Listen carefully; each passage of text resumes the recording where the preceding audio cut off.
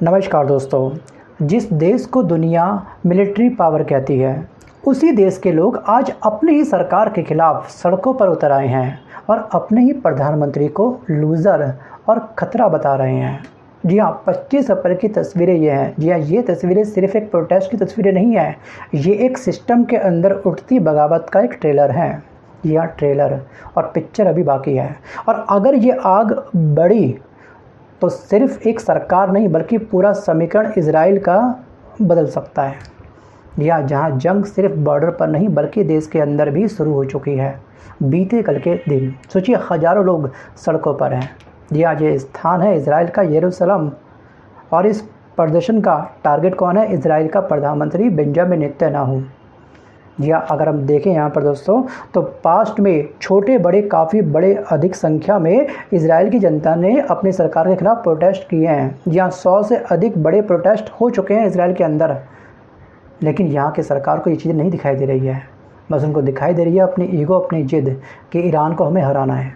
या यही जिद, यही ईगो इस समय ट्रंप ने भी पाल रखी है। सोचिए, पिछले 1 साल में 4 बड़े प्रोटेस्ट होना अमेरिका की जनता के द्वारा कोई आम बात नहीं है। इनफैक्ट अभी हाल ही में अमेरिका की संसद के अंदर भी, जिसको हम कांग्रेस कहते हैं, वहाँ पर एक वोट हुआ था। भाई कितने देश काफ़ी एग्री करते हैं ट्रम्प के इस एक्शन के बाद कि हमको इस जंग में पार्टिसिपेट करना चाहिए, इजराइल की हेल्प करनी चाहिए। सोचिए, 52 में से 47 वोट थे ट्रम्प के अगेंस्ट, 47 वोट 52 में से। वो तमाम देश इस समय ट्रम्प के इस एक्शन के खिलाफ खड़े हैं, मतलब कि ट्रम्प अब अकेले पड़ रहे हैं। सोचिए, नाटो का जो संगठन है तमाम, जिसमें 31 देश हैं, वो इसका सहयोग नहीं कर रहे हैं। यूरोपीय संघ के तमाम 28 देश वो इसके अगेंस्ट चल रहे हैं। मतलब डायरेक्ट नहीं बोल रहे हैं, लेकिन कहीं ना कहीं वो भी खफा चल रहे हैं। क्यों? क्योंकि ट्रम्प को एक भूत सवार हुआ था रेसिप्रोकल टैरिफ का। सब पर इसने लगाया रेसिप्रोकल टैरिफ, और हमारा विश्व गुरु, हमारा भारत एक महान ऐसा देश है जिसके ऊपर पेनल्टी टैरिफ ट्रम्प ने लगा दिया था। याद होगा आपको मंजर। बस इस समय ट्रम्प अकेला पड़ा हुआ है, और ट्रम्प की शक्ति को सीमित करने को लेकर के अभी एक नया मतलब कि प्रोविज़न चलने वाला है कांग्रेस के अंदर। अब वो कब इसकी शक्ति को सीमित करा जाएगा वो चलेगा आने वाले समय में। बट यहाँ पे अगर हम वापस आते हैं इजराइल की तरफ, तो ध्यान रखिएगा कि इस जंग की वजह से इजराइल की अर्थव्यवस्था बहुत अधिक ठप पड़ी है। नुकसान तो सबका हुआ है, अमेरिका का भी हुआ है, ईरान का भी हुआ है और इजराइल का भी हुआ है। बट इजराइल ने इस जंग में ना मानवता की हत्या कर दिया बहुत बुरी तरीके से। कैसे? देखिए, इजराइल ने ईरान के हॉस्पिटल पर बमबार्डिंग करी जहां पर मरीज थे बहुत बड़ी संख्या में। जी हाँ, इजराइल ने छोटे मासूम बच्चे जहां पर पढ़ रहे थे उस स्कूल के ऊपर बमबार्डिंग करी, मिसाइल अटैक किया। जी हाँ, ईरान ने स्पोर्ट्स एकेडमी में बमबार्डिंग कर दी। बहुत बड़ा दोस्तों इसने क्या करा, जनता के ऊपर हमला किया। आम जनता वहाँ पर रह रही थी, सोचिए। और यही हाल इजराइल ने लेबनान में किया था। भाई लेबनान भी तो कहीं ना कहीं भैया ईरान का सहयोगी देश है। सोचिए, जहाँ पे आप जनता रह रही थी उन बिल्डिंगों को इसने करा था टारगेट। तब कोई दिक्कत नहीं भैया। अभी देखिए यहाँ के प्रदर्शन कितने बड़े स्केल पर हो रहे हैं। भाई जनता तुम्हें लूज़र कह रही है, लूज़र। सोचिए, खतरा कह रही है अपने लिए। तो बस इस जंग की वजह से ना इजराइल के पर्यटन में गिरावट आई है 30% के आसपास, निवेश में कमी आई है 20% के आसपास, और लोगों के हाथ में बैनर है stop the war, you are destroying Israel. और सबसे बड़ा झटका दोस्तों ये है कि इजराइल के अंदर जो अमेरिकी एम्बेसडर है, जी हाँ, जो इस समय वहाँ पर अपॉइंट है, उसके घर के बाहर ये लोग प्रदर्शन कर रहे हैं। मैसेज बिल्कुल साफ था। जी हाँ, हाथ में दोस्तों प्रदर्शन के कार्य जो बोर्ड है ना, उसमें इंग्लिश में लिखा है कि मैसेज इंटरनेशनल लेवल तक जाए। जी हाँ, मैसेज बिल्कुल साफ था कि अमेरिका अब बस करो, इजराइल का सहयोग बंद करो। तो बस जब अपने ही लोग सड़कों पर उतर आएँ तो समझ लो कि लड़ाई बाहर नहीं बल्कि आप लोग पहले से ही अंदर हार चुके हैं। अगर जनता खुश होती आपके एक्शन से तो सड़कों पर प्रदर्शन नहीं होते। ना अमेरिका के अंदर इतने सालों से प्रदर्शन चलता, ना ही इजराइल के अंदर। सोचिए एक बार क्या चल रहा है यहाँ पर। तो बस इजराइल के पीएम ने अपनी कंट्री बचाने के लिए जंग कंटिन्यू करी है, ये आरोप है प्रदर्शनकारियों का। और काफ़ी तरफ डेप्थ में अगर इसको स्टडी करोगे ना इजराइल की मनोदशा को, आप साफ साफ यही पाओगे। नेतन्याहू भी ईगो में से भरा पड़ा है और इस समय ट्रम्प भी ईगो से भरा पड़ा है। दोनों झुकने के लिए बिल्कुल तैयार नहीं है। सोचिए, देश की इकॉनमी को खतरे में डाला है यहाँ की जनता, ये कह रही है। सो गाइस, अपने साथ साथ अमेरिका को भी इसने खींच लिया है इस जंग के अंदर। बस अमेरिका का सपोर्ट मिल गया, इजराइल ने जंग कंटिन्यू कर दी। और इस समय इजराइल कम बम्बार्डिंग कर रहा है, जंग में कम पार्टिसिपेट कर रहा है, ट्रम्प ज़्यादा कर रहा है। क्योंकि वैश्विक स्तर पर भी ट्रम्प की जो छवि थी उस पर बट्टा लगा दिया ईरान ने। सोचिए। सो गाइस, अगर हम बात करें युद्ध की लागत बहुत तगड़ी बैठ चुकी है। जी हाँ, अरबों डॉलर की लागत होती है पर डे। सोचिए, रिजर्व फोर्स की लंबी तैनाती हो रही है इस समय इजराइल के अंदर भी। और यहाँ पे जो वर्ल्ड का जो टैक्स सेक्टर है, आपको पता होगा ईरान ने एक बार कहा था कि भैया मैं जो आपके जो यूए वाला जो एरिया है वहाँ पे मैं कभी भी बम्बार्डिंग कर सकता हूँ। तुरंत जो टेक कंपनियाँ थी, तमाम टेक कंपनियाँ पे शटडाउन हो चुकी है।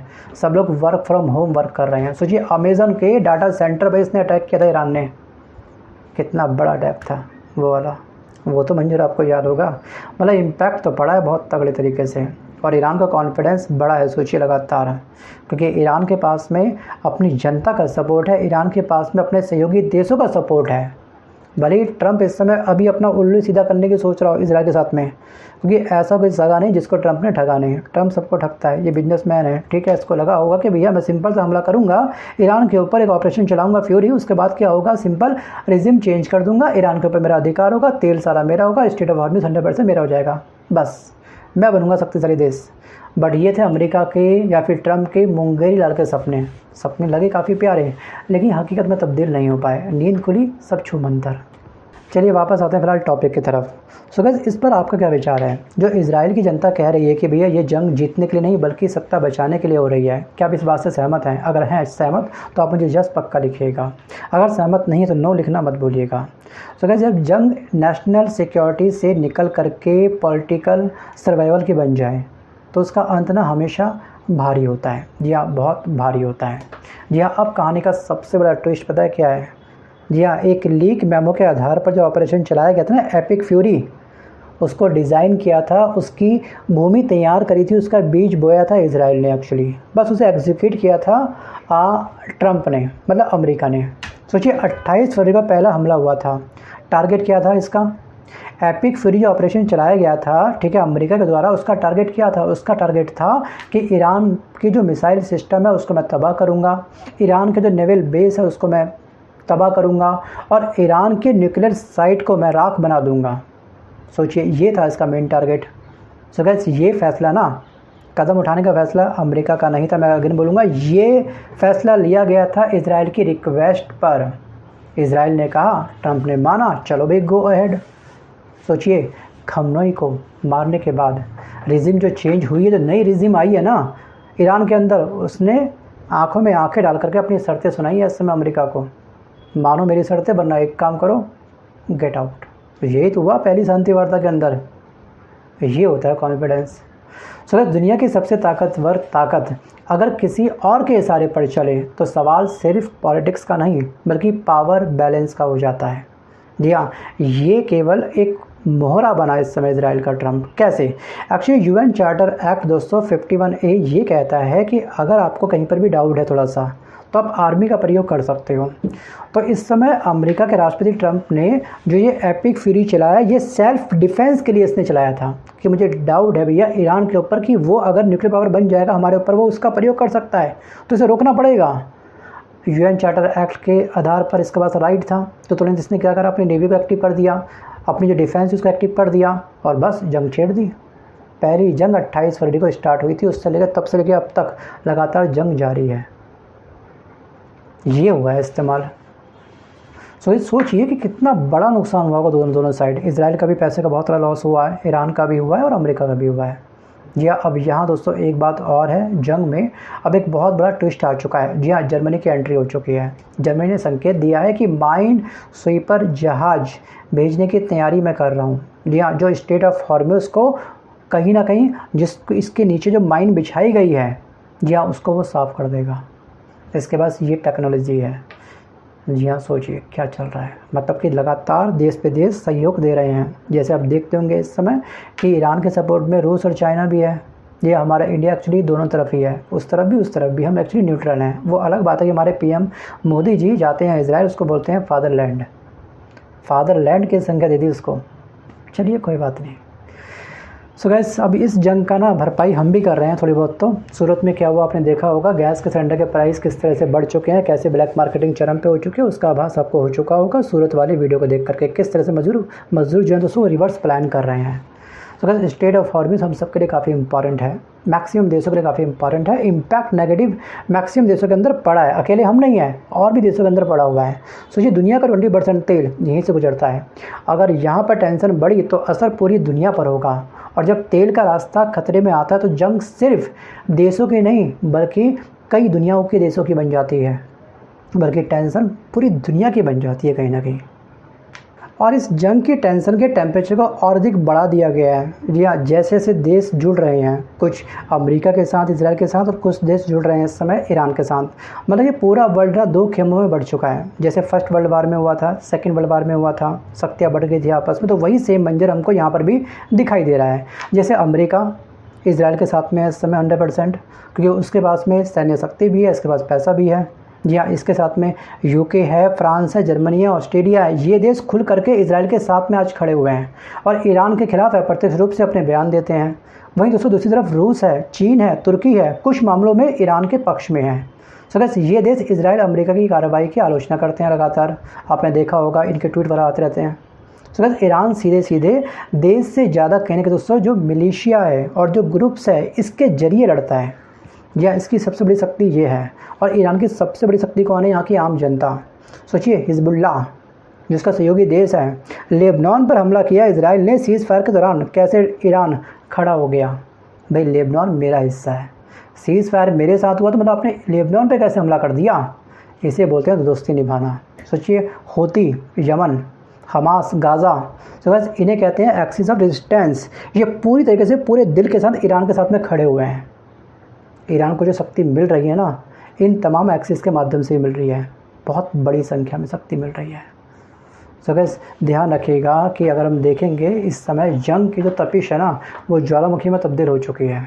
जी हाँ, फर्स्ट सीज़ फायर शांति वार्ता होनी थी, वो धराशायी करी इस समय। पाकिस्तान के अंदर गए थे वो लोग, सेकंड में दोबारा बुलाया ट्रंप ने, बट ईरान ने साफ मना कर दिया, भैया तुम सोच लो मेरी शर्तों को पहले एक बार, शर्तें मानोगे तो मैं आता हूँ, वरना रहने देता हूँ, मैं नहीं आ रहा, चलो गेट आउट। सोचिए मीटिंग कैंसिल हो गई थी किस मुद्दे पर? स्टेट ऑफ हॉर्मज़ को लेकर के, कि भाई स्टेट ऑफ हॉर्मज़ पर टोल टैक्स मैं वसूल करूँगा, इस पर मेरा अधिकार होगा। ये और जो मेरा परमाणु शक्ति बनने का जो मेरा सपना है उसे पूरा करने दो। मतलब कि यूरेनियम एनरिचमेंट मेरा जारी रहेगा। अभी 60% हुआ है, बहुत ही जल्द मैं 90% पूरा कर दूंगा। जी हाँ, और यहाँ पर शर्त इसकी, सेकंड शर्त क्या थी? सेकंड शर्त इसकी यही थी ना ईरान की, भैया जितना मेरा नुकसान हुआ है फाइनेंशियली उसकी भरपाई करो। सोचिए इजराइल ने यार कितना इंफ्रा ख़राब किया है, कितना इंफ्रा को राख बना दिया इस जंग की वजह से। इजराइल ने हॉस्पिटल तोड़ दिए, स्कूल तोड़ दिए, स्पोर्ट्स एकेडमी तोड़ दिए, इसके फ्लाईओवर तोड़ दिए ईरान के, भरपाई तो बोलेगा।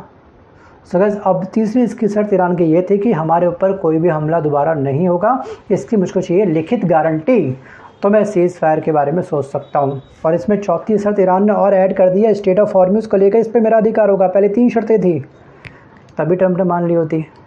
दांत इतने खट्टे ना होते ट्रंप के या फिर इजराइल के, मतलब कि नेतन्याहू के या फिर डोनाल्ड ट्रंप के। भैया अब तो कुछ नहीं, भैया अब तो कहानी ख़राब होने वाली है।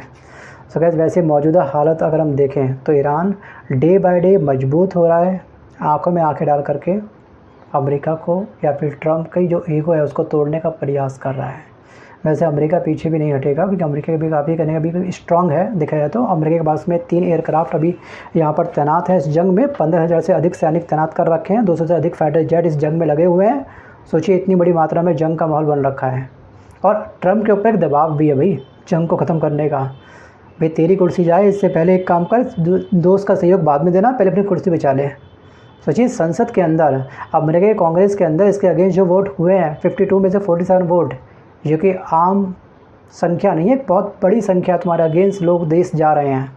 सो जब बातचीत की टेबल खाली रह जाए ना, तो अगली आवाज़ अक्सर मिसाइल की होती है।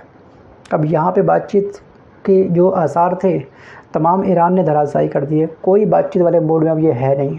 और ट्रंप इसमें बुरी तरीके से फंस चुका है। अपने दोस्त का साथ दे या फिर अपने देश की बात सुने, देश की जनता की बात सुने, करे तो करे, आखिरकार क्या करे।